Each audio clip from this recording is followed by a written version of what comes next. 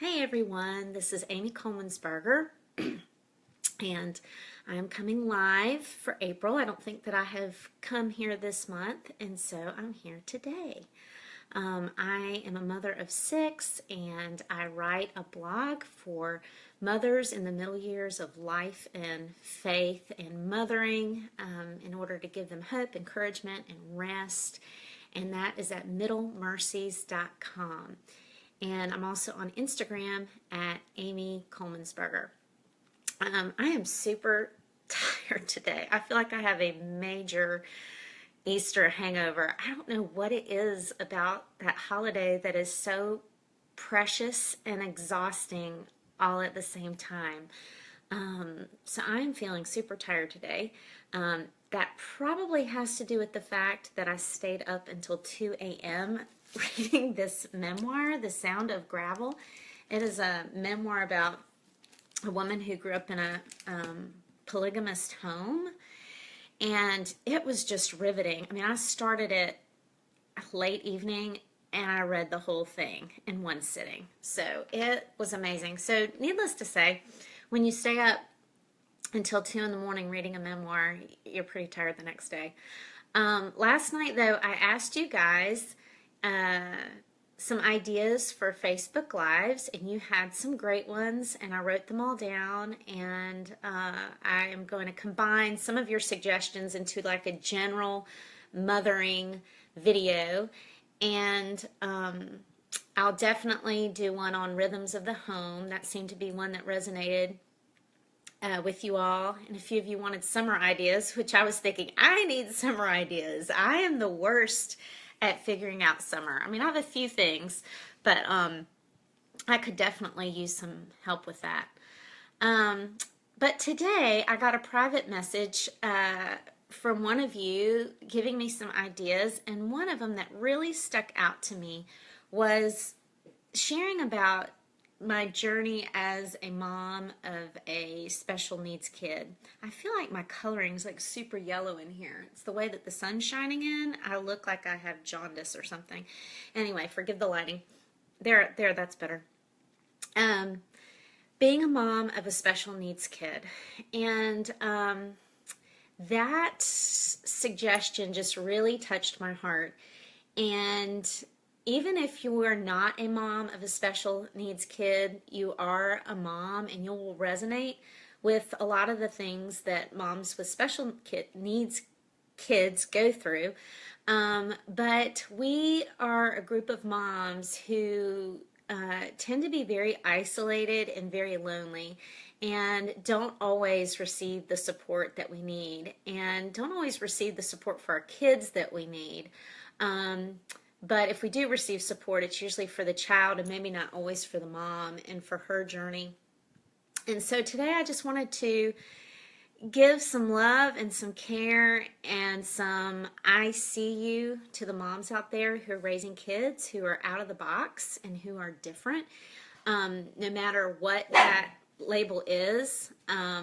Forgive the dog. My son was trying to come in the front door.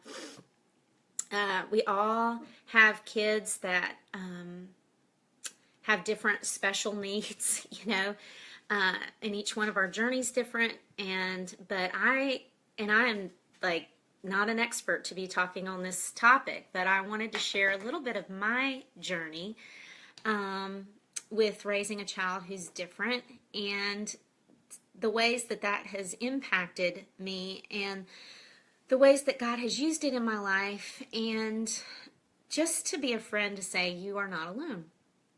And if you have a child who does not have special needs and you're watching this, this would be a way for you to get to know your friend better and to be able to understand her life a little bit better and to lend some care and support, which is as simple as just listening and asking her questions and saying, how are you doing?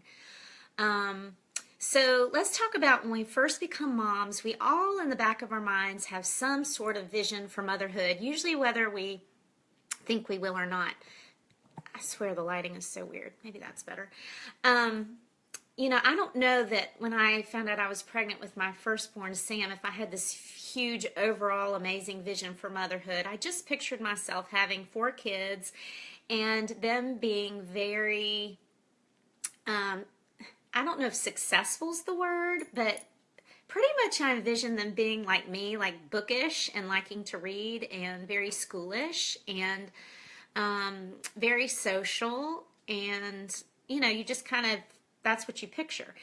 And so having a kid with special needs didn't even like come across my radar, like remotely.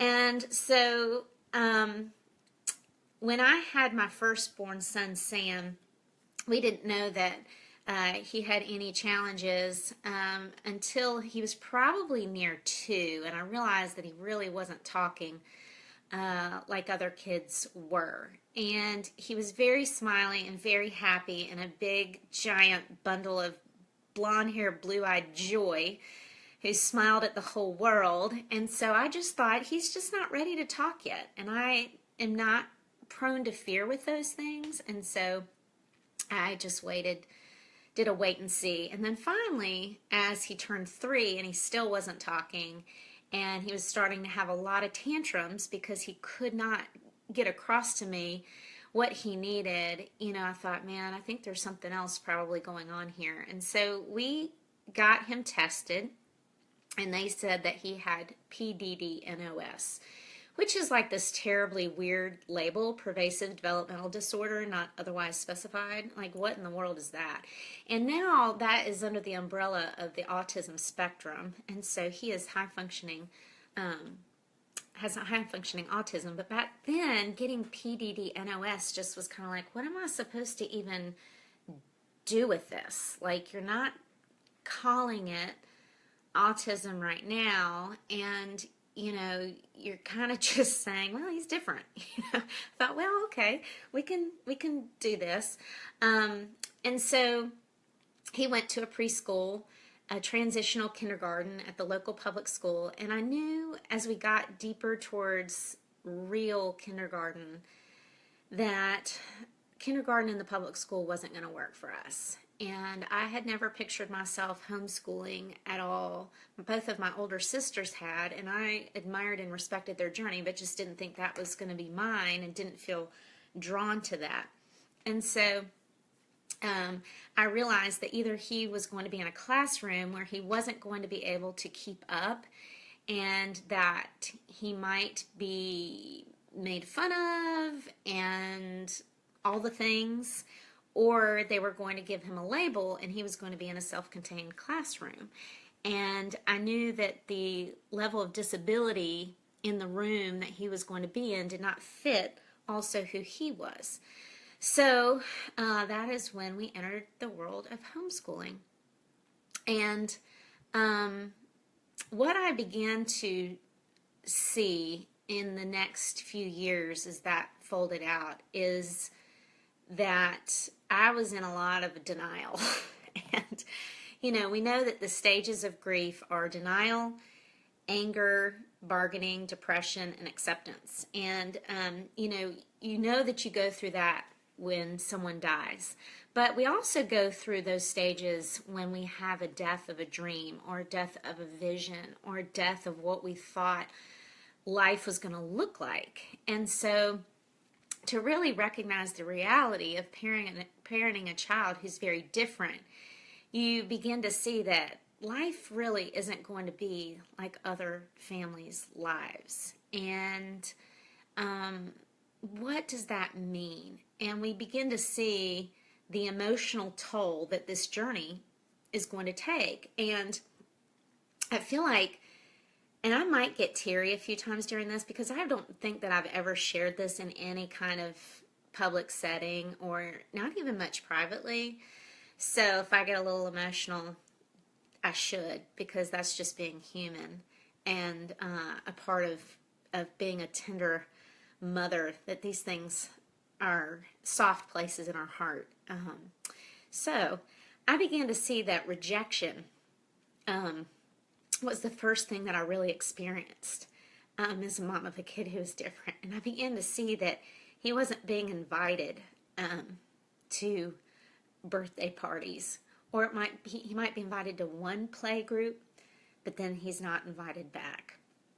or when we would join a homeschool group and we would have a boys club time. The other boys would all play together, and he didn't know how to socially enter into that. And so he would play alongside them and try to engage with his presence, but because he was awkward socially, kids don't know, and kids tend to move on from kids that are different from them. And so I began to see that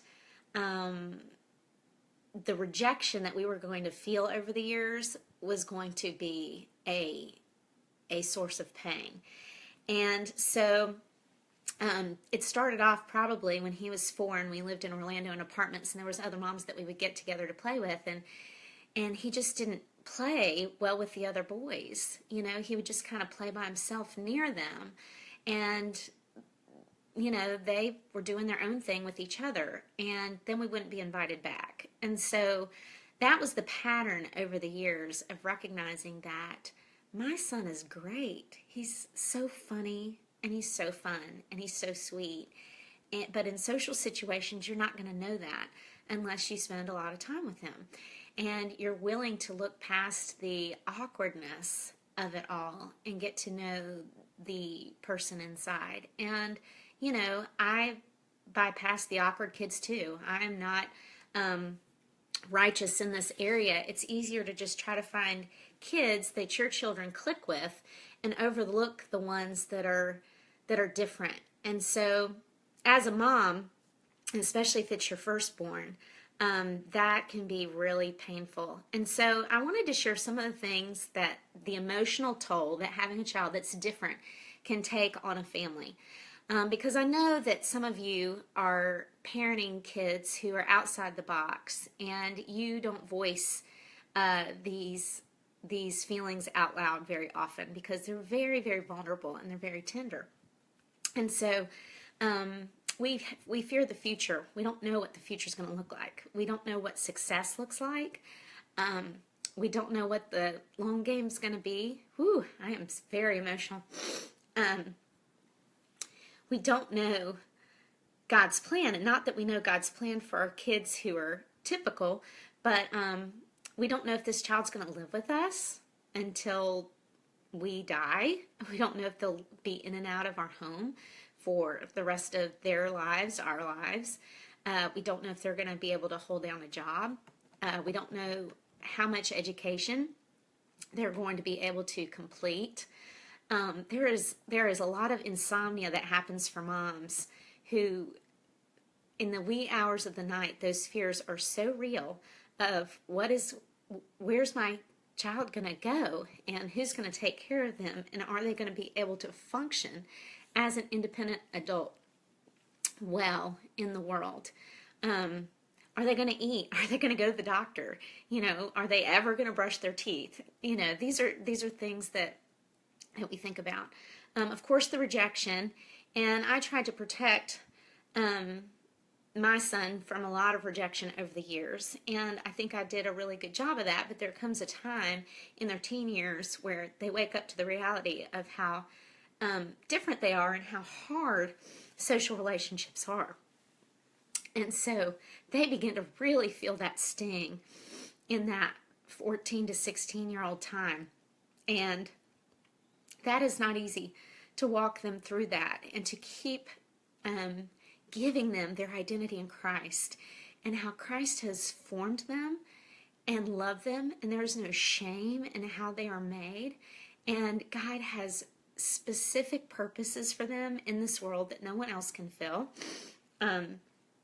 That their creativity and their hyper-focus and the things that they're good at are a gift to their families and their community, and to keep building up in them the truth of the good that is in them. Because I don't know about where your child is, but kids who are on the high functioning end of autism deal with a lot of shame, and they believe, many of them don't think, oh, I did something bad. They think I am bad. And so whenever something doesn't go right, they internalize it and they take it as a reflection on who they are. And we do that anyway. as people, but they deeply do it. And so if he is corrected at school, if the teacher doesn't do it in a very encouraging, positive way, then it wounds at such a identity level that they think, oh, I really am stupid. I really am bad. And you have to build them up that that's not true, and that who we are is different than what we do, and that we're going to make mistakes, we're going to fail, that those are actually gifts in our lives to keep us growing and learning, but that's not who we are. And so we have come around that mountain so many times of the shame cycle and speaking the truth in love and building them up, and that takes a huge emotional toll on a mom to continually be building up their child's mental and emotional health, and to watching for signs of depression and anxiety, and speaking the truth into those places, and listening well, and keep bringing them back to who God says they are. Part of the emotional toll is also learning to speak a new language. I feel like I've always said I'm a translator for my son, where he's got an auditory processing disorder, and so the information that he receives or instructions that he receives, he doesn't always understand exactly what you're asking him to do. And so I translate it and say, this is what they're trying to say, and he's like, oh, I got it, and then he can do it. But oftentimes there's shame in asking for help and in saying, I don't really know what you're asking of me. Could you say it in a different way? And so I've had to learn to speak his language and to advocate for him in learning settings with teachers, with systems. And advocacy takes a tremendous amount of emotional and physical energy, and recognizing, when do I fight? And when do I stand up for my kid? And when do I keep going to bat for him and keep going toe-to-toe for him? And when do I just need to say, this is what it is, and we need to just push through and do this thing. And that's a hard discerning place to figure out, is when we advocate and when we need to step back and just allow the system to be what it is, because we can't fight all the fights all the time. We just can't. It'll take us out. And there is so much research that a mom does for kids of special needs, especially if they have, I think, physical special needs. We're always trying to learn and understand their brains and their bodies and their diet needs and their sleep needs, and what we could be doing differently to help them live well and feel well. We're always trying to find what works, because what works for a typical child just doesn't work for a child with special needs. And so it can be really tiring to recognize that what works for the average kid just doesn't work for mine. And so trying to find the key that fits in that lock takes a lot of time. It takes a lot of energy. And sometimes you just don't find what works. You just take what doesn't work and you try to modify it to make it work. There's a lot of decision fatigue for moms with special needs kids. They're constantly evaluating, is this the right educational decision? Is this the best place for my child to worship and to go to church? Is this the best schedule for this kid? Is this the best social activity for him? Is he spending too much online? Is this healthy? Like, we do that as moms anyway. We tend to obsess.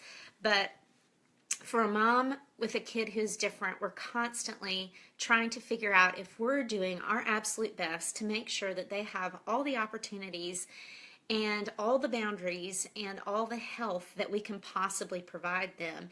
And, we come to the end of ourselves, really, and realize that we can't. I mean, we can do what we can do, and then we have to really release that child into the care of God and recognize that He is sovereign and loving over this child's life, and that I'm not always, I'm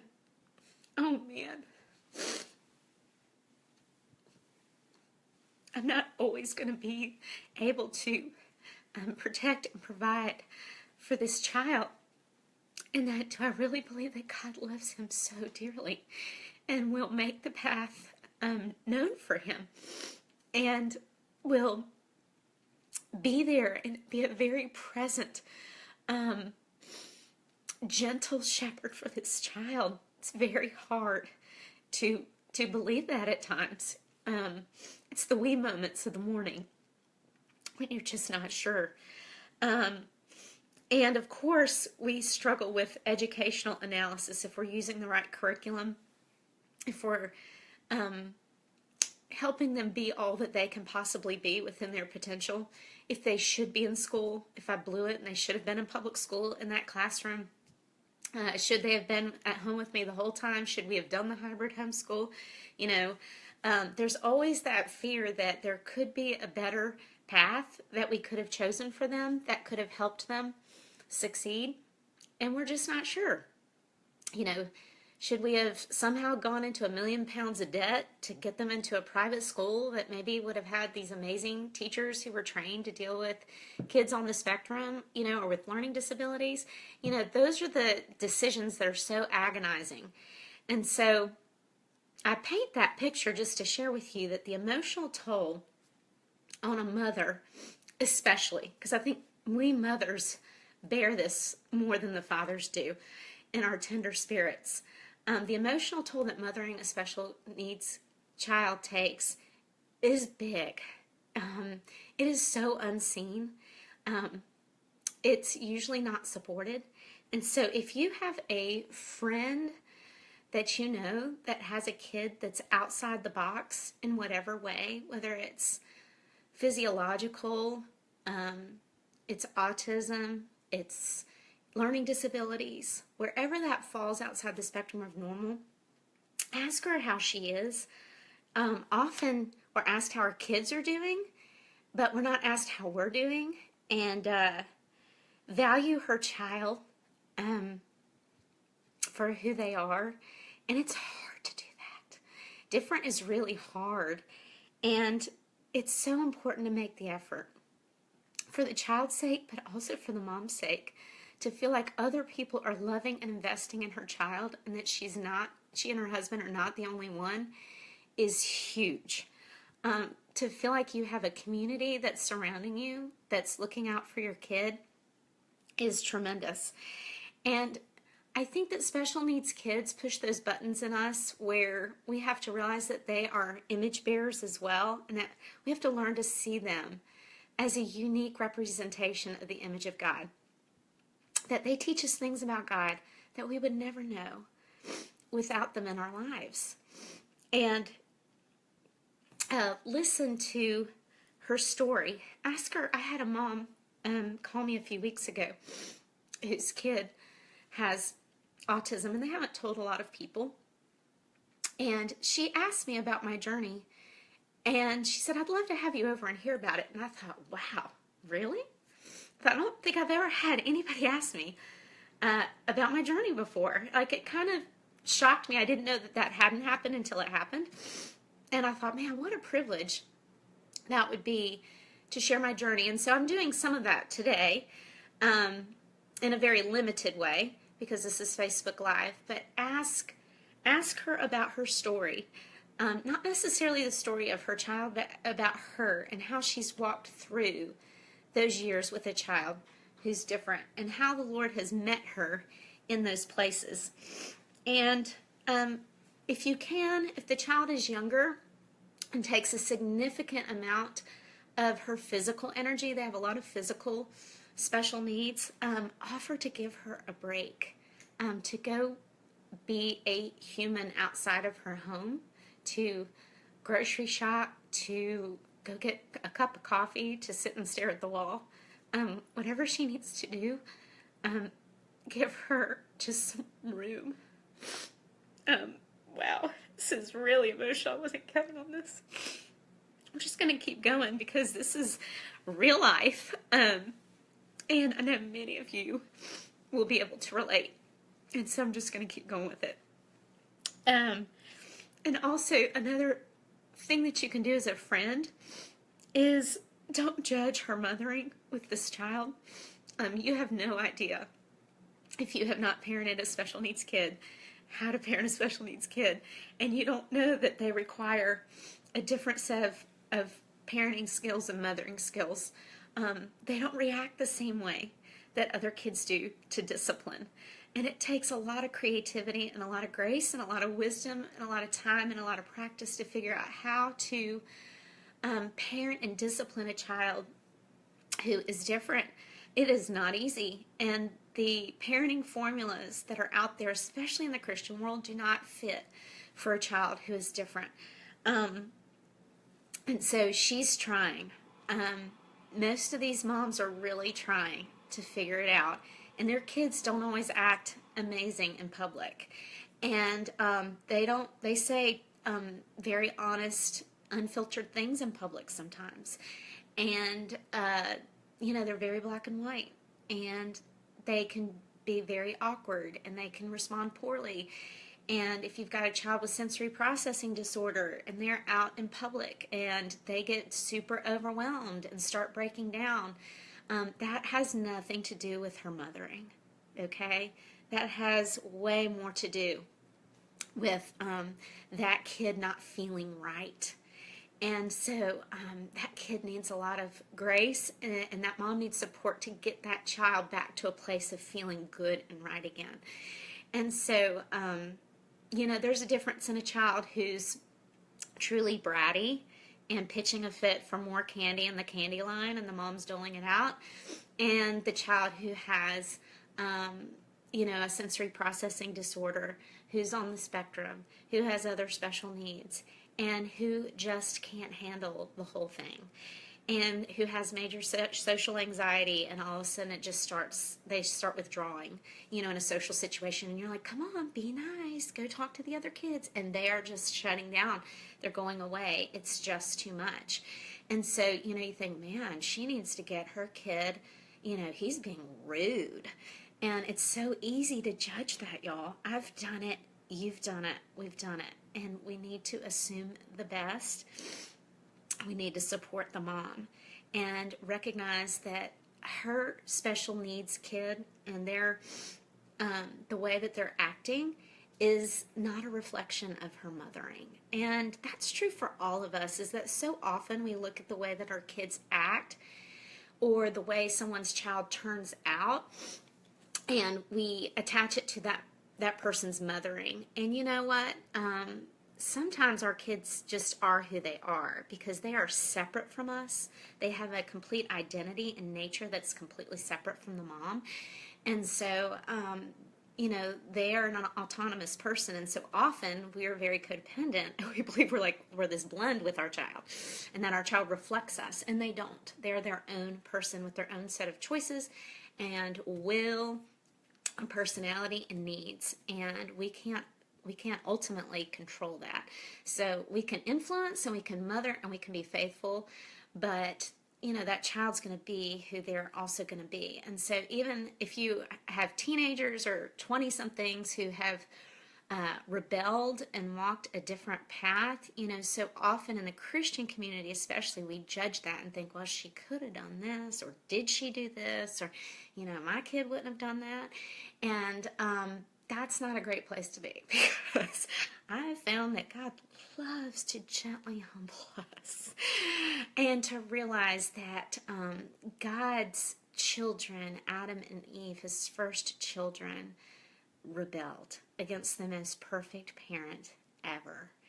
And the children of Israel had God as their father. He was the most amazing parent that could ever be because he's perfect. And they rebelled. And they didn't walk with him. And so if you are a parent whose child, doesn't always act well, or you've had children who grow up and walk in rebellious seasons, or who are prodigals, you're in good company, because that's what God's experienced. And he empathizes with you, and he walks through it with you, and he understands the pain of watching his children walk away from the good things that we want to offer them. So as moms, let's recognize that God has naughty children, and so we don't need to be judging other moms whose kids don't act perfectly, and who embarrass us, and who pitch fits, in restaurants or wherever, and we need to be providing boundaries and correcting, of course. That's all, of course. So the last thing I wanted to share was just the joys that I've experienced in parenting a child who is outside of the box. And these are bittersweets. The joy has been the stripping of my pride in my performance. You know, like I said, I grew up and I made straight A's, and I was a leader, and I was an influencer, and I work hard, and I like to do things really well. And when you have a child who has poor executive functioning skills, frontal lobe issues, they don't plan well, they're disorganized, they are messy, and you try a million different systems, and it's just still a train wreck. That is a stripping of my pride, of what I thought I would produce in another person, or that person would be like me, and that my way is the best way, and being who I am is amazing. And it stripped me, and it continues to. I mean, that's going to be something the rest of my life. It stripped my performance. That if you value straight A's, and you value producing, and you have a child who can't, man, it really taps into those deep insecurities and deep vulnerabilities. Then who will this kid be if they can't do this? You know, how are they, what are they then? I mean, because you just realize how much your identity was so wrapped up in that as a kid, and getting the awards and honor roll, and you realize, man, we aren't going to do no honor roll. We're just hoping to pass over here. I mean, it really strips you of all that. And what that did for me is it stripped me of that very competitive, very comparison-oriented side of me that was so birthed in such deep insecurity. It continues to. Having a son who is different made me a gentler and kinder and more open and compassionate person to anyone that falls outside whatever typical is. I would not look back on myself in my teens and 20s and view myself as gentle and open and compassionate. Just wasn't. I had an edge, and I wanted to be that. And it's funny when you look back at journals of mine, prayers that I prayed to make me that way. Oh man, you just don't ever know what it's going to take to strip you to become those meeker, humbler qualities. And not that I'm that. I mean, I still struggle all over the place with pride and performance, but I have seen a huge shift in my heart towards gentleness and compassion and openness since I walked this journey, and loving people who are different, and loving people who walk those journeys with those that are different. So that is one of my great joys, is what I've seen that produce in my life: a kinder, calmer, gentler, more compassionate person. That's worth what we've gone through. Another joy, again, is the bittersweet, is the stripping of the parenting and home educating formulas. I'm very idealistic, and so it's easy to try to find the perfect way to parent and the perfect way to home educate, and having a kid who's outside of the box and who's different will strip you of all of that. Every Christian parenting book that I read, I would get like a third of the way in and literally throw it across the room. I was like, this will not work. Like, I don't have a kid like that. Like, this will destroy him. This will wound him. This will break his spirit. Like, this doesn't even make sense. Like, how can you make this one-size-fits-all formula for parenting? And, I was raising my oldest two in the time period of the Ezo philosophy. And oh my gosh, that is the absolute worst parenting advice for a child with special needs, like on the planet. And two, whenever we get into prescriptive parenting, we're not honoring that really every child is unique and every child is an image bearer and needs to be treated as so.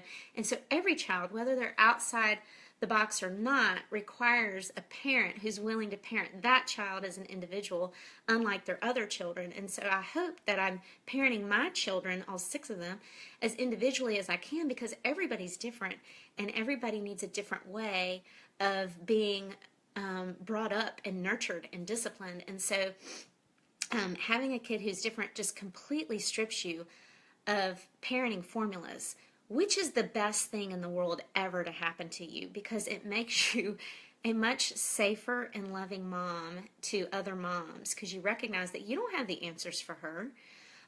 You don't have 3 easy ways to get their child to be obedient by next week. You know that it doesn't work that way, that it doesn't work that way with us, with the Lord, that obedience and discipleship is a lifetime of growth and surrender, and that you can't discipline that into someone. And so it also just stripped me of home educating formulas. You know, when I decided I was going to homeschool Sam, you know, I read Susan Wise Bauer and her daughter Jessie, or was it her mother? And it was The Well-Trained Mind, and I was going to be classical. And, you know, I got all into Charlotte Mason and classical. And that was before that was even a popular thing. It was still very much school at home, textbooks, all of that. It was just becoming, you know, on the scene. And guess what? That didn't fit my child either. Charlotte Mason, which I love, which so resonated with me as a home educating mom, did not fit my son. He did not want to nature journal. It did not connect with him in the least. The only Charlotte Mason thing that really connected with him was short lessons. Because the attention span of about 10 minutes was where it was at. But reading all this classic, beautiful fiction does not translate usually to a kid on the spectrum. They are very nonfiction oriented. They're very black and white. They're very real world. He liked books from the library, from the juvenile nonfiction section. And so here I am trying to ply him with all this gorgeous literature, and it's over his head. He's just not even getting it. It's not connecting to his heart at all. And so I thought, what is wrong with me that I cannot implement this philosophy? It's not working. And so a mom, a homeschooling mom in particular, can feel so much shame when she can't figure out how to make it work with this out-of-the-box kid. And so you try all these different philosophies and things, and you're like, what's going to be the thing that connects with my child? And for us, that finally ended up being interest-led learning, and me capitalizing on the fact that he wanted to be a voracious learner on real life nonfiction events. And so he got obsessed with presidents for probably, I don't know, a year and a half in 2nd grade. And so we just studied all the presidents, and he made his own notebook of every single president and wrote facts about all of them. We still have that sweet little notebook upstairs. We talked about it recently. And that's what we would do, is he would just engross himself with a topic, and I would just get him tons of resources from the library, and he would make notebooks, you know. And I thought, well, is this right? You know, are we getting all the things? Are we learning all that we're supposed to? You know, he knows all this, but he stinks at math. You know, how are we going to do this? And so having a kid who's outside the box strips you of your parenting and your home educating formulas. But what it does is it gave me the freedom to learn who I was as a mother, and to honor my child for exactly who he was and how he learns, and his unique design and the unique design of his brain and how it operates best, and to home educate him and to parent him in a way that served him and not me and my ego. And I think that's huge, that as moms we have so much insecurity about what others think, and so much fear that our kids not fitting into the system, that we end up not serving the child because we're trying to serve a system, or we're trying to serve ourselves and our own insecurities, and we're missing sight of the child. And so if we have a kid who's outside the box, you have to become a student of your child. You have to know how their brain thinks, how their body acts, how much sleep they need. Maybe they don't need to go to bed at 8 and get up at 6 because that's what you like. Maybe they do better if they stay up till 11 and sleep in a little later. Um, it's figuring out who that child is and honoring them where they are, while also recognizing my own limitations and my own boundaries and needing to find a working relationship between the two. And that's just called walking in continually in the spirit and in discernment and praying, because right when we think we found the way that works with that kid, it always changes. It's like a baby. Right when you think you've got your baby figured out, they've changed on you and you've got to do a whole new thing. It's the same with the special needs kids. Right when we think we've got it and we've nailed the lifestyle, it changes. You know, we were on that wonderful interest-led path for so long, and then once my son hit 10th grade, he said, I'm pretty lonely. I'm feeling depressed. And I said, I think so too. I think you need to be going somewhere for some classes. And he agreed. And so he started going to the homeschool hybrid. Now, that was a train wreck educationally. In fact, after the first year there, I said, well, that was awful. It was like, yes, it was. And I said, well, what was our goal for the year? And he said, community, being with others. And I said, yep.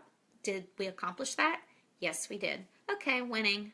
I mean, you know, it was not great academically, but that's actually not the need that we needed to meet that year.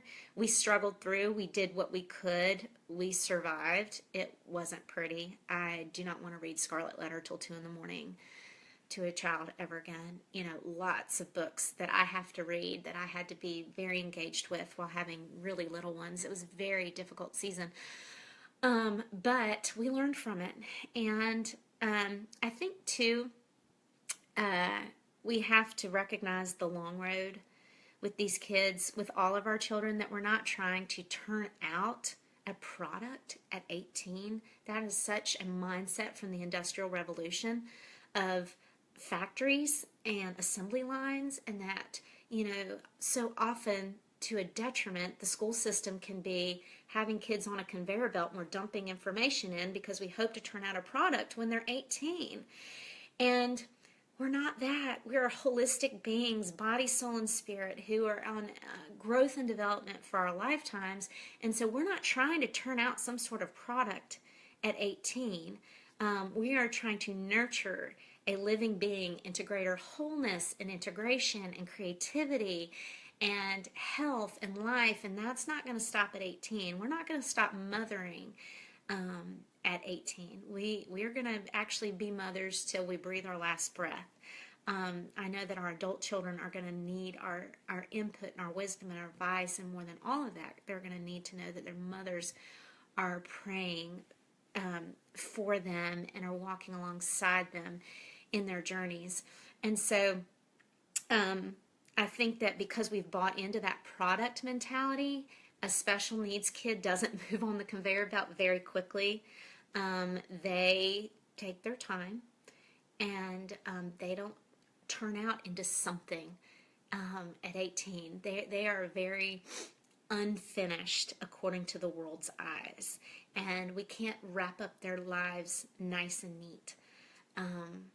And so that is a joy because it sets us free from that works mentality and from being enslaved to a system and producing and performing and getting our value from that instead of our value from being a beloved child of God. Another joy, I've got a couple more things and then I'll get off. I feel like I've been on here a really long time, but I feel like this is such a broad and important subject that it just takes time. I don't feel like you can talk about being a mom of a special needs kid in about 10 to 15 minutes. It just isn't that. So I've also seen God grow fruit in his life and in my life in unexpected ways.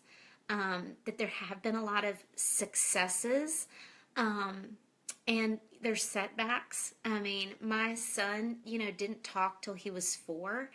And then at his Eagle Scout Board of Review, when he went in and had, like 6 men ask him pretty intense questions, he stood up there and gave his answers, and they said that he was the most articulate person that they had heard, and that he should be really proud of himself. And he looked at me like, I'm articulate? And we were able to laugh about that because when you see someone, man, here we go again. When you see someone who could not speak, and I can remember him being 3 and wondering what's going on in there. I just want to hear you say anything. And then all those years later, 15 years later, to hear these men affirm him and say, you're so articulate, you speak so clearly, you speak so well. That is God growing a child, filling a child, loosening the tongue. That's an amazing thing to watch. It also, another joy has been that it has caused me to try to build a home that really honored creativity and curiosity and exploration.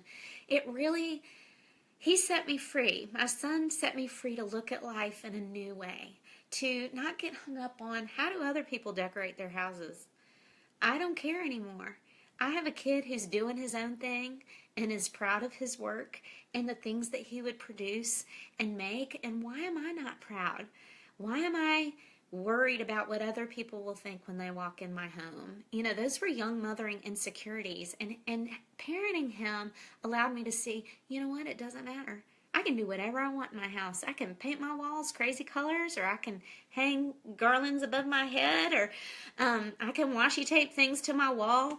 You know, I can make my home a place that is vibrant and colorful and honors exploration and being different and being curious. And my son has taught me that. He has taught me to take the road less traveled, to be comfortable in my own skin, my own personality, to see him delight in his interests and spend years obsessed with certain topics, gave me the freedom to do that. I mean, I spent years studying homemaking and gardening and decorating. I thought, I'm here all day.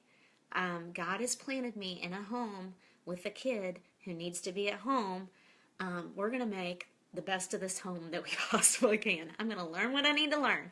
And so it set me free to get outside of what I should be doing in my 30s and in saying, God's given me a gift to learn anything that I want to learn about on this planet. And so I check out 1,000,000 books from the library, and I set myself on a self-learning path. And I had been so enslaved to the school system of straight A's and checking off boxes and filling in blanks that I didn't know how to learn. I didn't know how to do self-study well. And so I learned how to be a curious, awake, alive, interested human being through my children, all of my children. They've all taught me that. They love documentaries. They love learning and exploring new things that I never did as a kid because I was just so focused on checking, you know, that there was no freedom to live that way. And I feel like in the end, the greatest joy is that God knew the life that I needed, that I didn't know that I needed. I'm a highly sensitive person, and I am just coming into the place of really accepting that about myself in a joyful way instead of a shame-filled way. I think I viewed that as a hindrance to friendships in my life, to social things, to where I shop, to the clothes that I wear. And I am just in the last few months beginning to embrace the fact of how God's made me and my special needs as a highly sensitive person, and that it's a gift that God's given me, and it's a gift that I give others, and that there are hard things that come with special needs, but there's so many beautiful things that come with special needs. My son is one of the most generous people that I've ever met. The way that he has given over the years, and there's so much. I don't want to go on a brag fest on him, but he has taught me so much. And God brought me home to homeschool and to be here because that offered me a life that so honors who I am as a sensitive person and needing more quiet and needing to create beauty at home and to not spend so much time out in the world is very overwhelming and exhausting for me, and does not cultivate a great life for me. And God, I feel like, offered me a life that was slow and rich and that honors my limits and honors my creativity. And I didn't know that I needed any of that. I thought that I needed to be out in the world producing or being successful or serving or ministering and doing all the things, and angry that my life wasn't allowing me to do those things, only to realize that this is actually the life that best suits me. And he knew that because he formed me and made me, and I didn't, and I'd been resisting it because I try to get my worth in a million other places. So that's all I got. I hope that there's been something in here that's been encouraging to you as a mother of someone who's got special needs, as a mother in general, as a friend to other mothers that you may walk alongside. I think that I'm going to reiterate this again. If you know someone who raises a child who's outside of the box, reach out to her, and not like just one time. Like, check in with her regularly. When I say regularly, that could be like once a year, to see how she is doing. And, offer her an ear, offer her an afternoon break. Listen. She just getting this out, getting the pain out, is so cathartic. And I think that our mothering hearts can feel a sense of shame that this has been hard and it's not what we thought we wanted, and we feel guilty over that because we love our kids so much that we don't want to sound like we're not grateful, or any of that. But the fact is that it's hard. We're human, and this is a hard, sacrificial road. And it's a road that we may walk till the end. And so she needs to feel free to be her authentic self with all the feelings about it. The frustrations, the anger, the fear. She needs to have a safe place where she can just be that and not be judged, that she should feel amazing about it and trusting and joyful and, all the things. Because a wholehearted life is both. We are wholehearted people that feel the whole range of emotions, and to accept another person as human in their humanness and give that space to them is such a gift. So I hope that you have a lovely Tuesday, and I'm going to go take a walk. I feel like my heart is just so tight, and I need to go work that out on my dirt roads for a couple miles. So grace and peace to you today. You can find me at middlemercies.com, and at Instagram, I'm Amy Coleman Sperger. And have a great day.